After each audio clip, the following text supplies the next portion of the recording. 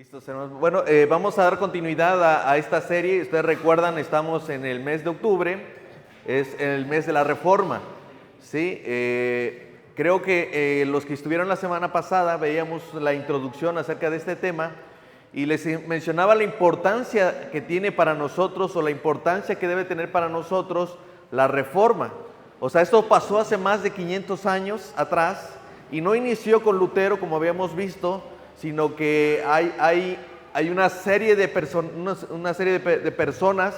que empezaron a levantar la voz y fueron acallados por la Iglesia Católica Romana. Algunos fueron condenados a la hoguera, algunos fueron exiliados, excomulgados, etcétera, etcétera. ¿Sí? Entonces, es importante, hermanos, que nosotros veamos esto como algo que Dios preparó y somos beneficiados de ello. Así que no es un tema más, no es un tema que deberíamos tomar a la ligera. Creo que deberíamos estar entendidos en este tema y en ese sentido vamos a darle continuidad. Entonces estamos hablando o la idea es acerca de estas 5 doctrinas, ¿sí? Algunos les conocen como las 5 solas y tienen un sentido, tienen una razón. Pero yo quiero llamarle así 5 doctrinas porque son 5 doctrinas fundamentales que todo creyente debe de abrazar, ¿sí? Entonces no es porque seamos evangélicos o porque seamos cristianos reformados o porque seamos protestantes, como se nos dice a veces vulgarmente. No, hermanos, es porque nosotros debemos abrazar la Escritura y la doctrina que emana de la Escritura. Así que recuerden, estas 5 doctrinas tienen por base la primera que vamos a ver el día de hoy, que es la Escritura. ¿Sí? Una de las 5 doctrinas que vamos a ver hoy y que yo creo que es como una base, es como cuando echas el fundamento antes de edificar una casa. ¿Sí? Tú vas a echar el fundamento y ese fundamento es la palabra, es la Escritura. ¿Sí? Entonces, es de ello lo que vamos a hablar el día de hoy. Lo que la Reforma trae es esta idea de abrazar y de guardar y defender lo que es la palabra de Dios. Cuando yo digo que es solo Escritura, ahí van a ver en el logo que es solo Escritura, que es en latín, ¿sí? Se refiere que es únicamente la palabra de Dios, únicamente la Escritura. Y cuando yo digo solo la Escritura, estoy diciendo que la palabra de Dios es mi autoridad máxima, ¿sí? Pero mi autoridad, ¿para qué? ¿Para convertirme yo en arqueólogo? ¿Para convertirme en abogado? ¿Para convertirme en constructor? O sea, la palabra de Dios es mi autoridad máxima. ¿Para qué, hermanos? Y nosotros vamos a darnos cuenta que la Escritura en principio es para salvación, para adquirir el carácter y para regular mis prácticas y conductas espirituales, morales y éticas. ¿Sí? Si bien es cierto, la Escritura no va a ser mi autoridad para convertirme en un profesionista, sea médico, sea arquitecto, etcétera, lo cierto es que el arquitecto, el médico y cualquier otra profesión requiere del carácter que Dios nos da a través de su palabra. Así que en ese sentido, la palabra de Dios es nuestra máxima autoridad en fe y en práctica. La palabra de Dios, esa es mi autoridad. Por tanto, nada que contradiga la revelación de Dios puede regular la vida del creyente en ese sentido. Eso es lo que defendió Lutero y eso es lo que ha defendido la Reforma. ¿Sale? Voy a tomar de nueva cuenta aquella célebre frase o defensa que Martín Lutero hizo en la Dieta de Worms, allá en el año 1521. ¿Sí? No sé si están avanzando en las... ¿Sí? Y él decía esto para que podamos ver que esta era la base, ¿verdad?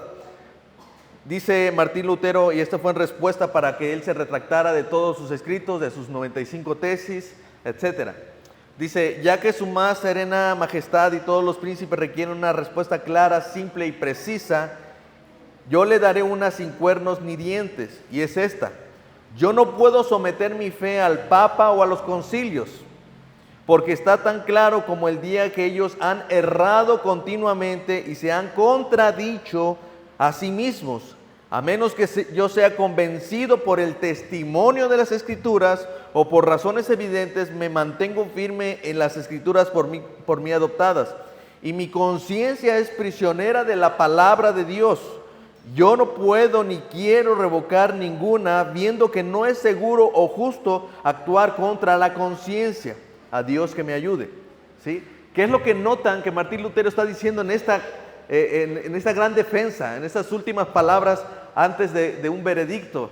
Lo que Martín Lutero está defendiendo es que su conciencia está atada a la palabra de Dios, ¿verdad? Él dice, no es seguro yo desviar mi conciencia porque mi conciencia está atada a la palabra de Dios.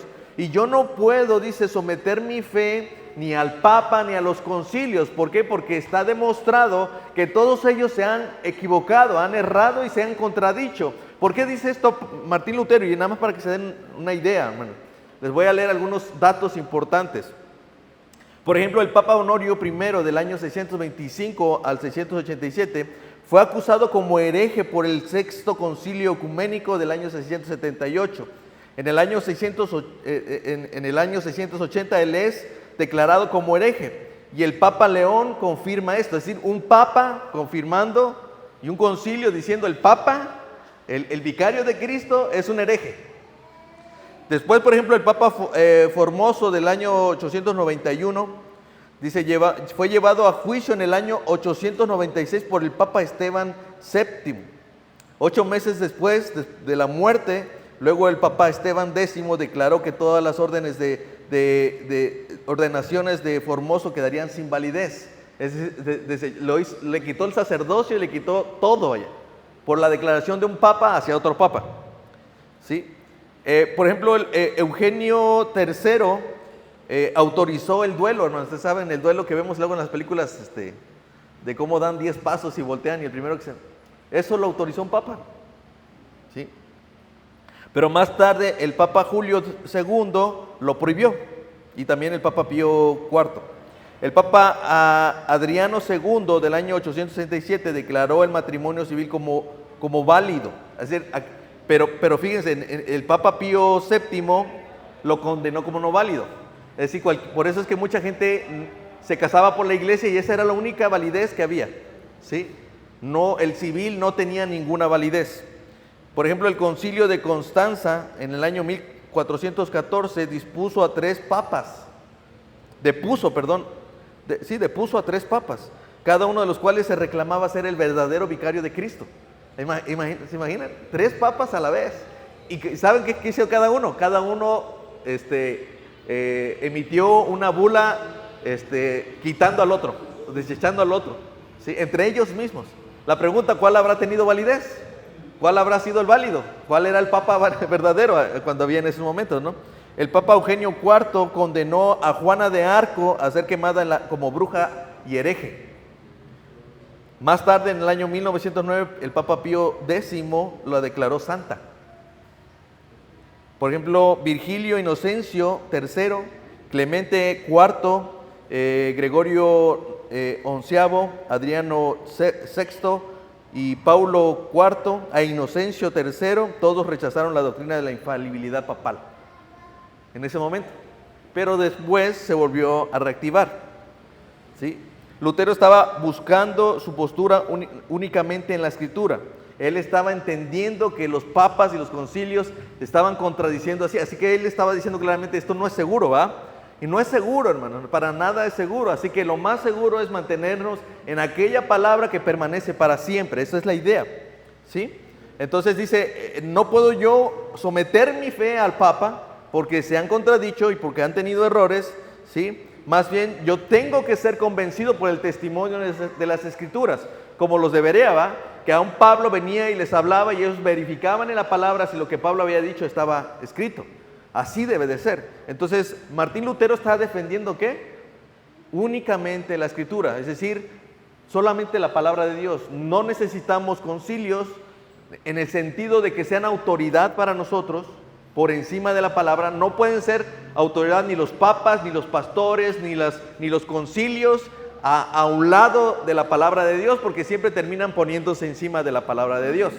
¿sí? Eso se puede notar a través de los años. Así que vemos en el pensamiento y en el ejemplo de Lutero que él estaba defendiendo la sola escritura o solamente la palabra de Dios. Para nosotros no hay autoridad máxima, ¿sí?, que la palabra de Dios en temas de fe y práctica. Ahora, hermanos, eso no es un tema nuevo.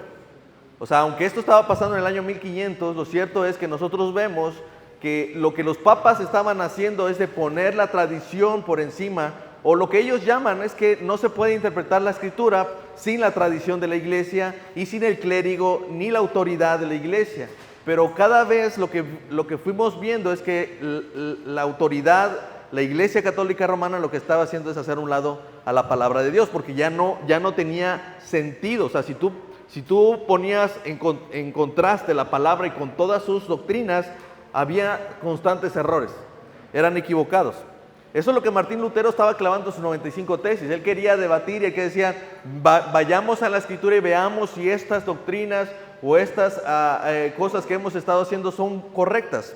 Entonces, la única manera de hacerlo bien es volver a la escritura.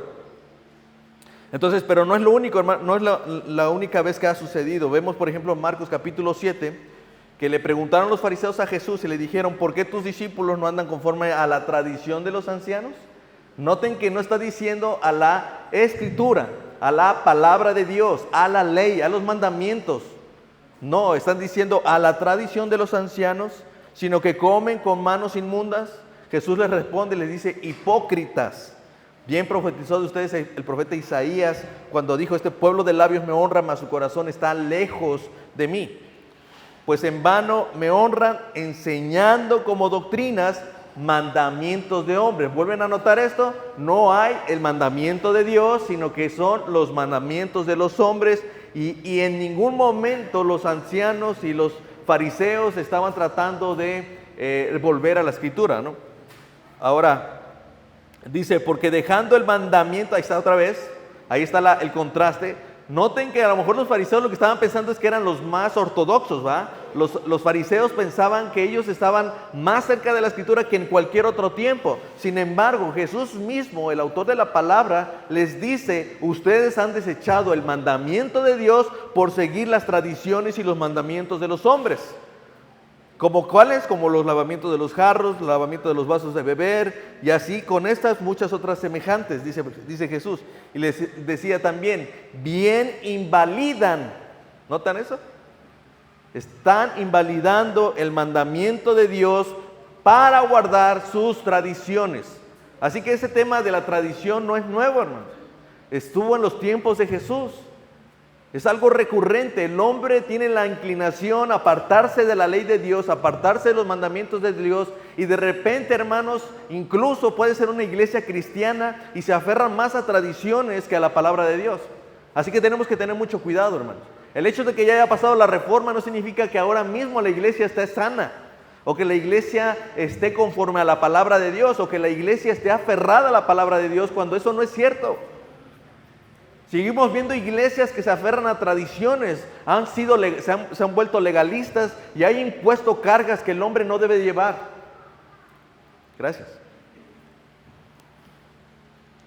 Entonces, esto no es nuevo, hermanos, ¿sí? Y no es nuevo como tampoco es viejo, hermano, ¿sí? Hay una serie de encuestas que se han levantado. Yo quise sacar esta del libro de Ray Comfort de Dios tiene un plan maravilloso para tu vida. Solamente para que se den cuenta que en el siglo XXI la gente está muy alejada de la palabra de Dios. Y miren, en esta encuesta salió lo siguiente.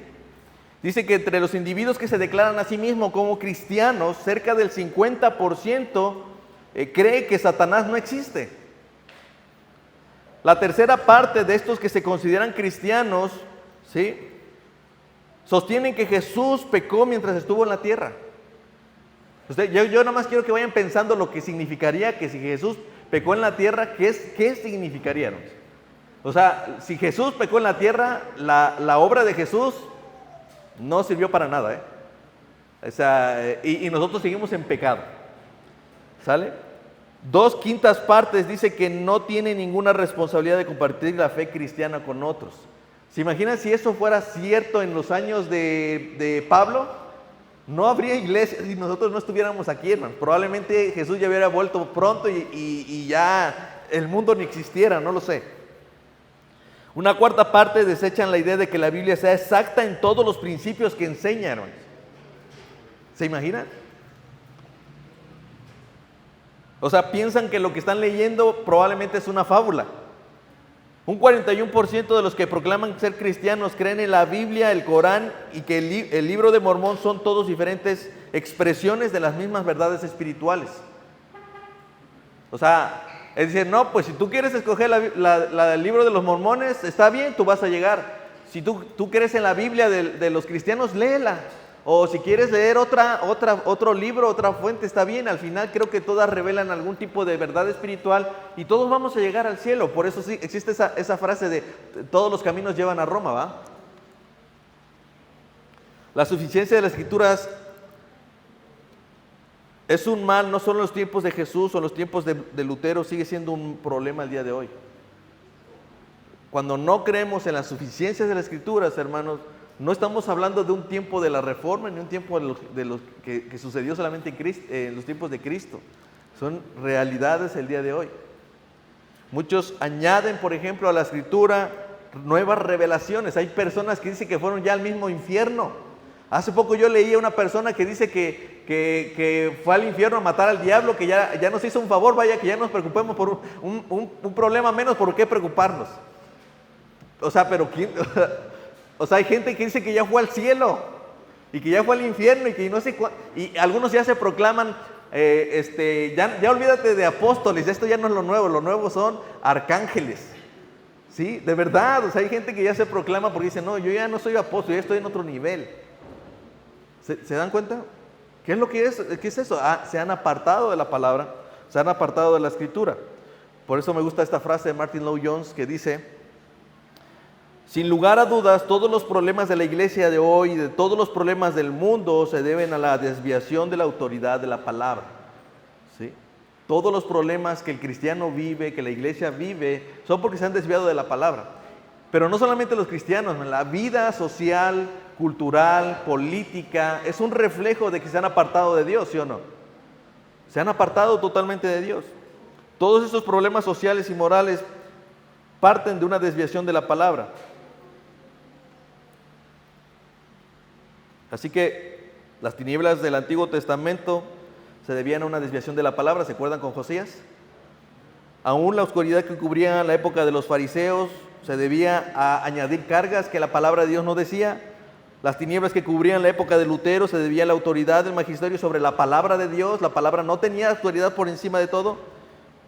Esas épocas no son diferentes a la oscuridad que vivimos en estos tiempos, hermano, donde las personas tienen a su alcance la palabra de Dios y aún así no la leen, no la escudriñan, no la estudian, no saben lo que dice, a pesar de que allí la tienen.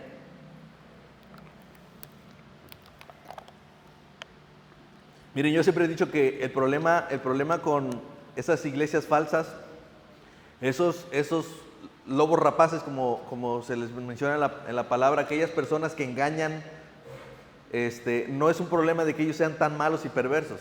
El problema es que nosotros ignoramos lo que la Biblia dice. Ahí está el problema.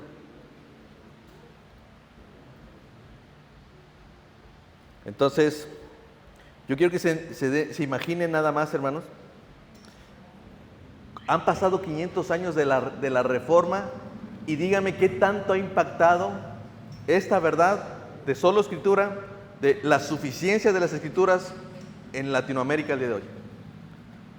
Si ustedes me dicen que al menos un 60, un 70% de las iglesias cristianas aquí en Jalapa predican la sana doctrina, se asientan sobre la palabra de Dios, creen en la suficiencia de las Escrituras, bueno, todos van a decir que sí creen, ¿verdad? Y que sí la abrazan y sí la adoptan, pero su conducta, su manera de predicar manifiesta otra cosa. Y ya han pasado 500 años desde que se inició la Reforma, o desde que Lutero se paró allí, hermanos, con la seguridad de que iba a morir, ¿no? Y nosotros tenemos el beneficio de la Reforma al tener una Biblia en la casa y no la estudiamos. Así que si ves que tienes algún problema en tu matrimonio, No digas es que no hicimos los 3 pasos para el matrimonio saludable. Es que nos alejamos de la palabra de Dios. Oye, es que me he visto mal en mi crianza, es que no seguí los pasos de los 5, ¿qué? Los 5 pasos para una crianza saludable, ¿no? Es que todos ya tienen así no, hermano, es que te alejaste de la palabra de Dios. Ahí está, ahí radica todo el problema y todo el mal por el cual estamos aquí, hermano. Entonces, voy a pasar esto porque esto creo que no es tan necesario ahorita. Vamos a ir hasta las evidencias. Ahora, es evidente, hermanos, que uno diría, bueno, si Lutero está diciendo que aquellos hombres, aquellos papas que se llamaban vicarios de Cristo se equivocaron, ¿por qué entonces creer en una Biblia que fue escrita por hombres, va? Entonces, ¿por qué voy a defender la suficiencia de las Escrituras cuando yo tengo un problema? Los que escribieron las Escrituras son hombres comunes y corrientes, como quizás, como todos estos papas, como Martín Lutero, como cualquier otra persona. Aun cuando puedan decir eran piadosos, podrían haber cometido errores. Pero nosotros tenemos que entender entonces que la palabra a la cual nos estamos acercando es palabra de Dios. Y por eso es que tenemos que encontrar que hay evidencia interna y evidencia externa. ¿Sí? Éxodo 24 dice, y Moisés escribió toda la palabra de Jehová. ¿Sí? Lo que Moisés está escribiendo no era solamente lo que él decía, es lo que la palabra de Dios decía. Todo lo que, las palabras que Jehová le decía a Moisés, él las escribió todas. ¿Sí? La Biblia, me gusta esta frase de Marcos Peña que dice, la Biblia clama ser la palabra de Dios. Nosotros no podemos empezar a decir de un libro que es la palabra de Dios si él mismo no dice que lo es o da señales de que lo es. Así que esa es una evidencia, hermanos. Es una evidencia importante que veamos que no tiene que venir alguien de afuera y decir, esta es palabra de Dios. No, la misma Biblia lo dice. Hay una evidencia interna, constantemente vamos a encontrar allí. Por ejemplo, en el Antiguo Testamento existen cerca de 2.700 declaraciones que reclaman directamente que la Biblia es palabra de Dios. Tan solo cuando dice la frase, así ha dicho el Señor, eso es palabra de Dios, ¿va? ¿Sí están conmigo, hermano? Alguien dijo que la Biblia diga que es la palabra de Dios en sí misma no es una prueba concluyente de que lo es, pero sería una prueba en su contra que no lo dijera, ¿verdad? Vemos, por ejemplo, 1 Tesalonicenses 2:13. Cuando recibieron la palabra de Dios que oyeron de nosotros, la aceptaron no como palabra de hombres, sino como lo que realmente es la palabra de Dios, de la cual también la cual también hace su obra en ustedes los que creen. ¿Se dan cuenta? No solamente dice, ustedes cuando recibieron de nosotros lo que veníamos a decirles, no la recibieron como mandamiento ni palabras de hombres, sino como lo que es, dice, palabra de Dios. Eso es una evidencia interna. La Biblia misma desde adentro está diciendo, lo que están leyendo es palabra de Dios, no son palabras de hombre únicamente. ¿Sí? 1 Corintios 14:37 dice, si alguno se cree profeta o espiritual, reconozca que lo que les escribo son mandamientos del Señor. Pablo diciendo esto. ¿Sí? Pero también hay evidencia externa, hermanos. Algunas características de esta evidencia externa es que tiene continuidad, unidad, traducción, circulación, supervivencia y carácter moral. ¿A qué me refiero con todo esto, hermano? ¿Sí? Nada más para que se den una idea. La Biblia fue escrita en un periodo de 1500 años aproximadamente, con 40 autores de diferentes épocas, con diferentes características, escritas en años muy distintos, en épocas muy diferentes, con circunstancias totalmente diferentes, personas que eran letradas, personas que eran sembradores, personas que eran constructores, otros que eran pescadores. O sea, si nos vemos en la variedad de características de cada uno de estos hombres autores que escribieron la Biblia, y se van a dar cuenta que aun cuando hay esas diferencias, hay una unidad, hermanos. No pierde esa unidad. Es como si ahorita les dijera, a ver, escriban ustedes algo acerca de algo que se imaginan, que todavía no existe, No sé, imagínense, por ejemplo, en los tiempos de Jesús tratando de describir un helicóptero. ¿Cómo lo describirían? ¿Cómo lo describiría ahora alguien que ha visto un helicóptero? Probablemente con mayores características, pero si se dan cuenta, cuando se habla de esta unidad de tema, esa temática general que se unifica en la palabra, no se contradicen, no hay contradicción. Así que vemos que a pesar de la diversidad mantiene una coherencia y una unidad temática. Solo para ponerles un ejemplo, ¿cuántos, por ejemplo, hace poco ustedes vieron la noticia de alguien que se estampó ahí por Lázaro Cárdenas? ¿Alguien vio la noticia de una mujer que no sé cómo es que hizo que su camioneta se montó sobre otros vehículos? ¿Sí? Eso sucedió hace poco. Fue una compañera del trabajo. Entonces tengo la información fresca y tengo la información más. Pero si ustedes se verifican a ver en los portales de noticias, ustedes se van a dar cuenta que de la misma noticia se dijeron muchas cosas diferentes. No coincide. Hay unos que dijeron que llegó borracha. ¿Sí? Hay quienes dijeron que quería ganar, venía con prisa y que, o sea, pero ¿saben qué? Nadie sabe el nombre de esa persona. Y no lo voy a decir. Pero sí se dan cuenta que en una nota que sucedió en el mismo momento, donde todas estas personas llegaron al lugar, tomaron nota, hicieron su reportaje y todo, y lo que subieron es totalmente diferente y no es congruente, ni siquiera con la verdad, hermanos, ni siquiera con lo que fue, con lo que pasó. Pero la Biblia, a pesar de que fue escrita en un periodo de 1500 años, 40 personas diferentes que no tenían nada que ver uno con el otro, escribieron algo con coherencia y unidad. ¿Sí? Eso es una evidencia externa que podemos ver que la escritura no se contradice, no tiene ningún problema. ¿Sí? No solamente eso, hermanos, la traducción, la Biblia ha sido completamente traducida a más de 700 idiomas. No hay libro, hermanos, no existe ni un solo libro que tenga tantas traducciones a tantos idiomas como la escritura. La circulación, hermanos, es un libro de los más distribuidos, es el bestseller de cada año, hermanos. Solamente en el 2019 fue el año récord con 40 millones de Biblias distribuidas. Solo en el 2019, hermano. No se cree, ¿va? Pueden checarlo, hermano, pueden checarlo. Si me ven que estoy diciendo mentiras, chéquenle. ¿Sí? La supervivencia, hermanos. Esta es una de las obras más atacadas, más criticadas y más censuradas de todos los tiempos. No ha existido, y todavía en el siglo XXI sigue siendo censurada. Hay lugares donde se prohíbe leer la Biblia en voz alta. Como veíamos en los tiempos de Lutero, las Biblias solamente había un ejemplar en algunas catedrales, sobre todo donde había enseñanzas, y estaba encadenada, hermano. No había posibilidad, no podías leerla porque no estaba traducida a tu idioma, al idioma vulgo, pero esta ha sobrevivido a todos los ataques, hermano. Ha habido momentos y épocas donde se ha tratado de destruir completamente las escrituras. De hecho, la sobrevivencia de los textos originales, Dios los preservó y los sacó a la luz después de mucho tiempo para mostrar que la Biblia sigue siendo exactamente como se encontró, como se escribió desde el principio. Así que la Biblia ha sobrevivido, ha tenido una supervivencia y tiene el carácter moral, hermanos, que no tiene ningún otro libro. ¿Por qué, hermanos? Porque la Biblia contiene muchos de los temas más escandalosos que se puedan ver. ¿Sí? Y sobre todo una de las cosas que tiene es que no trata de ocultar el pecado de sus autores. Nunca vamos a ver a David tratando de ocultar su pecado con Betsabé. Todos lo conocemos porque está escrito y lo escribió Samuel. ¿Sí? ¿Por qué? Porque la Biblia no trata de mostrar un hombre perfecto, sino un Dios perfecto.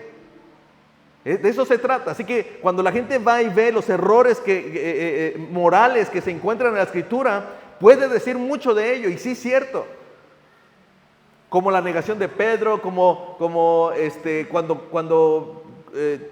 agarraron en pedacitos, cortó en pedacitos el levita a su mujer. Podemos encontrar una serie de eventos como la masacre de niños y niñas, cuando Dios los envió, etcétera. Podemos encontrar muchos asuntos morales allí que podrían decir, yo no creo en la Biblia porque ¿cómo es posible que Dios mandó a matar tanta gente inocente? No, hermano, no eran inocentes. ¿Sí? Pero la Biblia no trata de ocultar ese pecado, no trata de ocultar la maldad del hombre, no trata de ocultar nada de eso, porque esa no es la idea. Lo que trata de es mostrar a través de la imperfección del hombre la perfección de nuestro Dios. de cómo es que Él nos rescata, de cómo es que desde el principio Dios está manifestando su plan maravilloso de salvar al hombre de su perversión, de su oscuridad, etcétera, etcétera. Así que vemos todas estas características, hermanos, que muestran que la Biblia por algo es la palabra de Dios. Porque no hay libro, hermanos, que exista con tantas copias de los originales como la palabra, como la Biblia. No hay. ¿Sale? Pero otra de las características de esto, hermanos, es que la palabra es inspirada. Toda la escritura es inspirada por Dios y útil para enseñar, para redarguir, para corregir y para instruir en justicia, a fin de que el hombre de Dios sea perfecto, enteramente preparado para toda buena obra. Segunda de Timoteo 3, 16 y 17. Hermanos, solo hay una porción, si no lo sabían, solo hay una porción de la escritura que Dios escribió con sus, literalmente. ¿Ustedes saben cuál es? ¿Alguien sabe cuál es? Hay una porción de la escritura que Dios literalmente escribió. ¿Ustedes saben cuál es? Bueno, los 10 mandamientos. Sí, así es. Éxodo 31, 18 dice: y dijo Moisés, cuando acabó de hablar con él en el monte Sinaí, le dio 2 tablas de testimonio, tablas de piedra escritas con el dedo de Dios. De ahí en fuera, hermanos, toda la palabra es inspirada. ¿Sí? Ahora, debo recordarles que ahí cuando Moisés baja con las tablas, las avienta sobre el pueblo, ¿ah? Entonces lo que sigue es que Moisés tuvo que reescribir lo que Dios había escrito con su dedo. Pero digamos, a excepción de estos mandamientos, de este decálogo, de estas tablas del pacto, ¿sí? Toda la palabra es inspirada por Dios. Toda, hermanos, todas. No existe una parte que no lo sea. Toda la palabra es inspirada de Dios, lo que dice Pablo a Timoteo. Ahora, hermanos, ¿para qué? Ahora, ¿qué significa esta palabra inspirada? Esto no significa que el autor se sintió inspirado como un artista. No es como que el músico, cuando se sintió inspirado, estaba enamorado y en ese momento él sintió muy bonito y escribió lo que escribió y tocó lo que tocó. No se habla de eso. De hecho, la palabra más correcta aquí es exhalada por Dios. Inspirada significa que entró, pero la palabra correcta es exhaló. ¿Sí? De hecho, la traducción literal es divinamente soplado. Así que lo que quiere decir es que, en pocas palabras, la palabra de Dios, toda la palabra, toda la escritura es que salió de Dios. Fue exhalada por Dios. La recibimos porque salió de Dios, a eso es lo que se refiere. ¿Sí? Y esto es lo que Pedro expresa en segunda de Pedro 1, 19, 21. Tenemos también la palabra profética más segura, la cual hacen bien en estar atentos, entendiendo primero esto, que ninguna profecía de la Escritura es de interpretación privada, porque nunca la profecía fue traída por voluntad humana, ahí está, ¿sí? Sino que los hombres de Dios hablaron siendo inspirados, ahí está otra vez la palabra, por el Espíritu Santo. No fue voluntad del hombre, ¿sí? No fue de él el deseo de decir, híjole, creo que voy a escribir un libro el cual va a quedar para las generaciones a fin de que todas las iglesias de adelante o todo el creyente sea edificado por mi palabra que voy a escribir. No, hermanos, ninguna de estas palabras salió sino fue inspirada por el Espíritu Santo, fue inspirada por Dios. Así que las escrituras no son un asunto de interpretación personal. No es que nosotros nos vamos a poner de acuerdo. A ver, hermanos, levanten la mano. ¿Quién estamos de acuerdo si ahora podemos permitir que los varones tengan más de una mujer? No va a proceder porque aquí la mayoría son mujeres, ¿verdad? Pero aunque nos pusiéramos de acuerdo, hermanos, nosotros no vamos a definir lo que es moral, porque eso no es de interpretación privada, no es ni siquiera lo que yo quiera entender de las escrituras. Hay reglas de interpretación, hermanos. Hay una materia que se llama hermenéutica, que se creó para poder entender los escritos antiguos, no solamente para entender la Biblia, sino para entender todos los escritos antiguos y saber de dónde es su origen, en qué momento se escribió, cuál fue el contexto cultural, cuál fue el contexto que estaban viviendo en ese momento, quiénes eran los receptores de esta comunicación. Entonces hay reglas para interpretar, hermano, no simplemente que vamos a agarrar la Biblia y vamos a darle una interpretación personal, porque Dios exhaló su palabra con una intención y va a cumplir esa intención, aún por encima de nuestras malas intenciones, ¿sí? Así que esa palabra es inspirada, hermanos, y eso significa que tiene una inspiración verbal y plenaria. Hay quienes piensan que la Biblia, ¿sí?, en algunas cuestiones solamente tiene que ver en general, con un aspecto espiritual. Es como si Dios dijera, sí, yo creo que esta es palabra de Dios porque en general Él trata de decir algo espiritual. Pero específicamente yo creo que tiene errores, que no es lo que Dios quería decir tal cual. O sea, yo por ejemplo me voy a decir, no, yo no creo que haya sido en 7 días la creación. Es una manera de decirlo de Dios, ¿no? Quiere mostrar un elemento espiritual, pero no hay nada, ¿no? Eso está mal, hermanos, ¿sí? O que, no, mira, o sea, ¿quién va a creer que Dios de la costilla de Adán hizo a una mujer? No, eso es pues una ilustración, es como una idea de tratar de mostrar que Él es Él. No, hermanos, la Biblia es tal cual lo que dice, ¿sale? Entonces, es verbal y plenaria porque en cada palabra de los textos originales es verdad, no se contradice. Y es plenaria, ¿sí?, porque es en su totalidad. No solamente las palabras en rojo que a veces vemos en la Biblia, no solamente las palabras de rojo son inspiradas, hermano. Todas las palabras que se encuentran en las... Ahora, yo sé que sí vamos a encontrar errores en las traducciones, eso es muy probable, pero en los textos originales no lo hay, hermano, no lo hay. Pero eso es otro tema. Así que es inspirada, es suficiente, hermanos.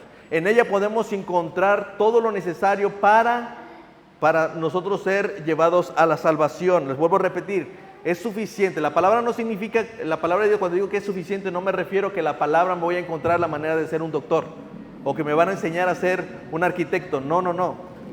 La idea de la palabra es que me lleve la sabiduría para la salvación, que es lo que Pablo le dice a Timoteo. Dice, bueno, hasta ahorita vamos a esto, ¿sí? Es suficiente, hermanos, es suficiente para que yo pueda creer en Jesucristo.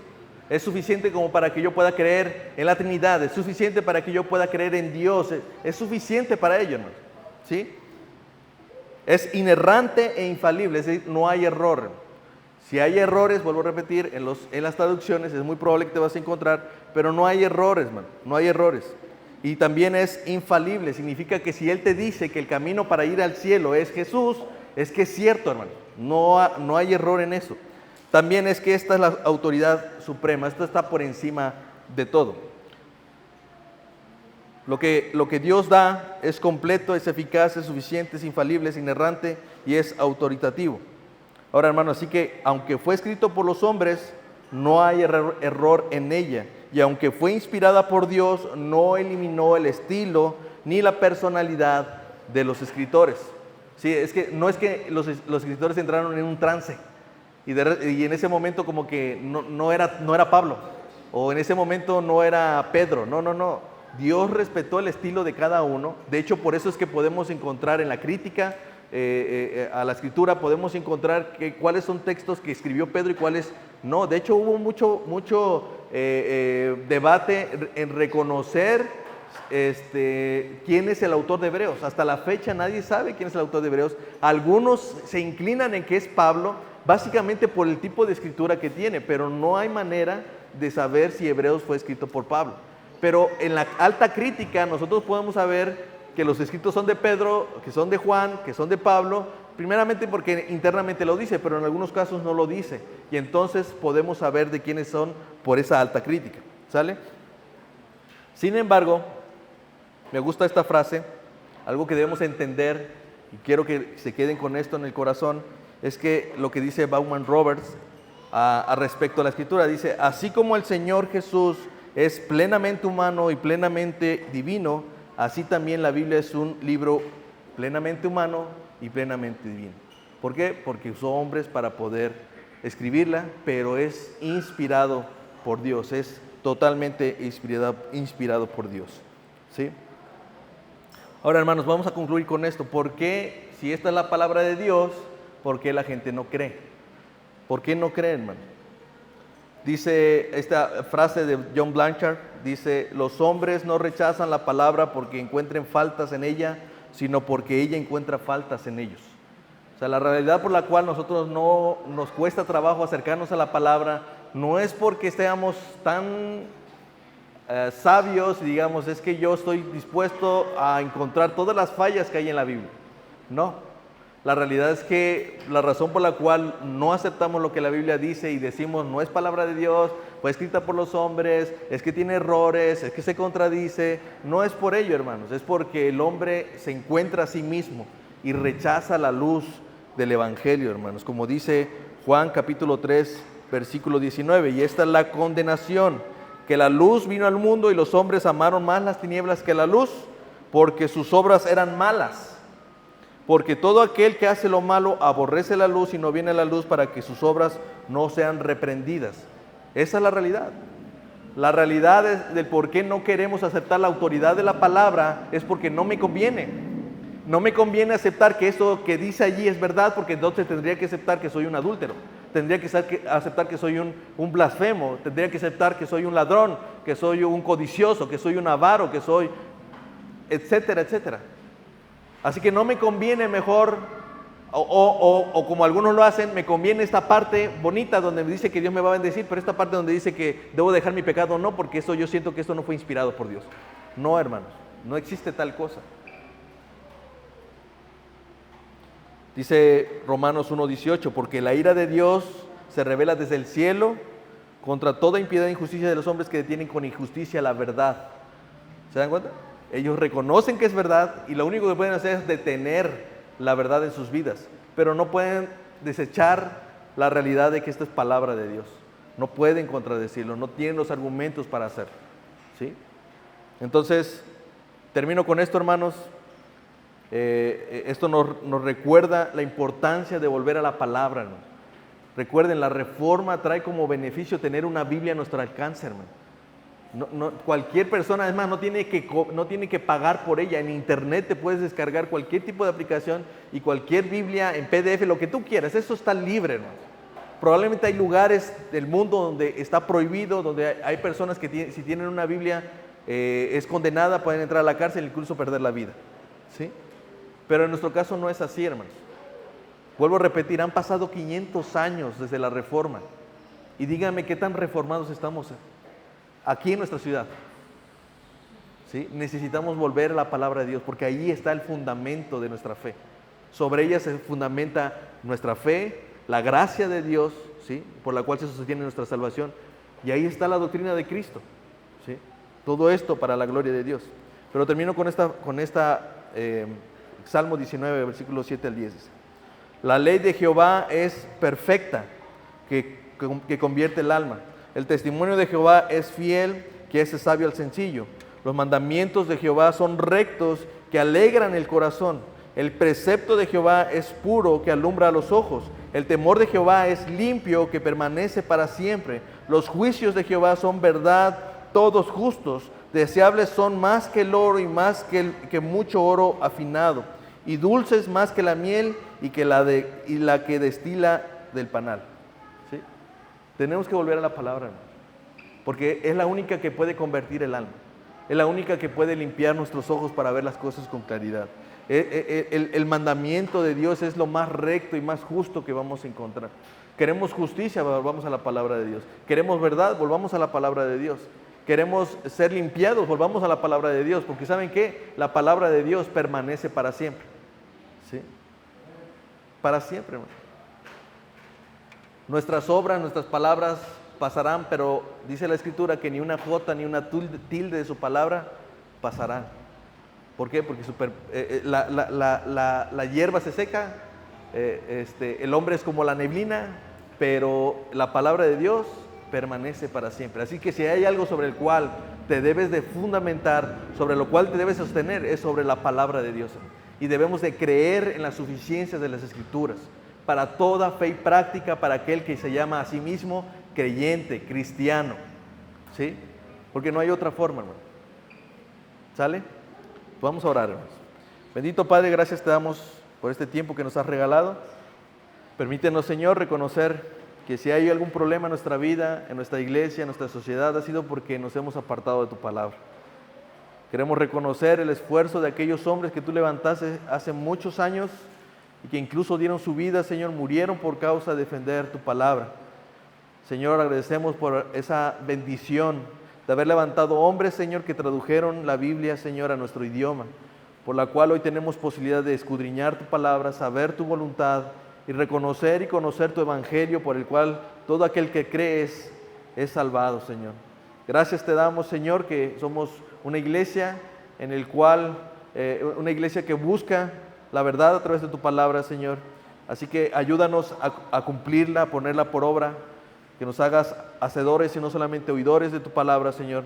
Pero recordar también, Señor, que todo esto que hiciste en el tiempo, en nuestra historia, Señor, es un llamado para volver a la palabra y para creer que es suficiente, Señor, para nuestra salvación y para moldear nuestro carácter, nuestra ética, nuestros valores, Señor, y todo lo que hacemos.